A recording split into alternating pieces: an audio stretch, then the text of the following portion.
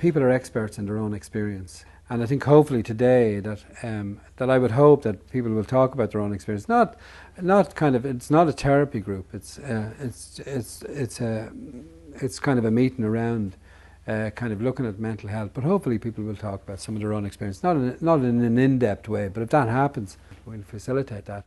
I mean, again, you know, in Ireland, in recent times, I was talking about this earlier on, but the drugs issue is becoming much more, much more difficult, you know, and within the community, you know, it's a difficult issue. What about yourself, Mike? Anything strike you? Well, this again, it's the alcohol, drugs, because I'm thinking there's going to be other reasons behind them. Addiction in the community is really kind of at this stage at a very high rate in Ireland among travellers, you know. And within communities, whereas before it was maybe travellers who went outside of the community, now it's actually within the community and it's kind of taking hold, you know.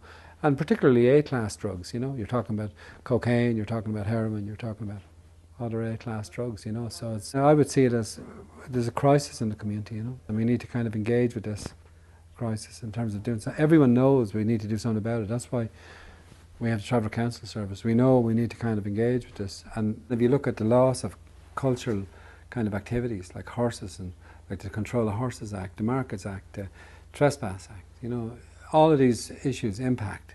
My mother often went up with a load of buckets where she knew she could sell them from before. And the farmer says, sorry, no need for you now. We've got rubber buckets and the cows can kick them any way they like. And we've no need to get them fixed because they don't need fixing.